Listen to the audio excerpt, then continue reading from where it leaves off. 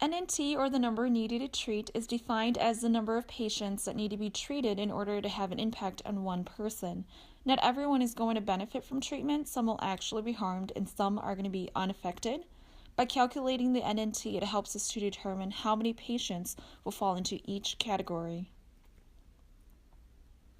The formula to calculate NNT is NNT equals 100 divided by the absolute risk reduction, and the ARR is the difference between the treatment group and the control group.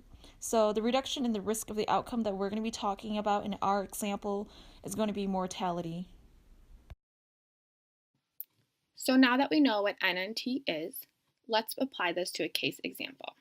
This graph represents the percent of heart attacks that result in death with the treatment Don't Kill Me Now. So here, there's 60% of the individuals that did not receive treatment died, and 10% of the individuals that did receive the treatment died. In this red box up here, this represents the 40% of individuals that didn't die even without treatment. And down here represents the 10% of individuals that died even with the treatment. And then this box here represents the 50% of individuals that had reduction in death. So this is saying that the treatment Don't Kill Me Now actually saved them. This number, the 50%, represents the patients that benefited from the treatment, and this is known as the ARR. The ARR is the percent in treatment group minus the percent in control group. So if we plug our numbers in, it would be 60 minus 10, which gives us 50. So if we plug these numbers into our NNT formula, we'll have 100 divided by 50, which gives us 2. This means that 1 in 2 heart attack patients benefited from the treatment.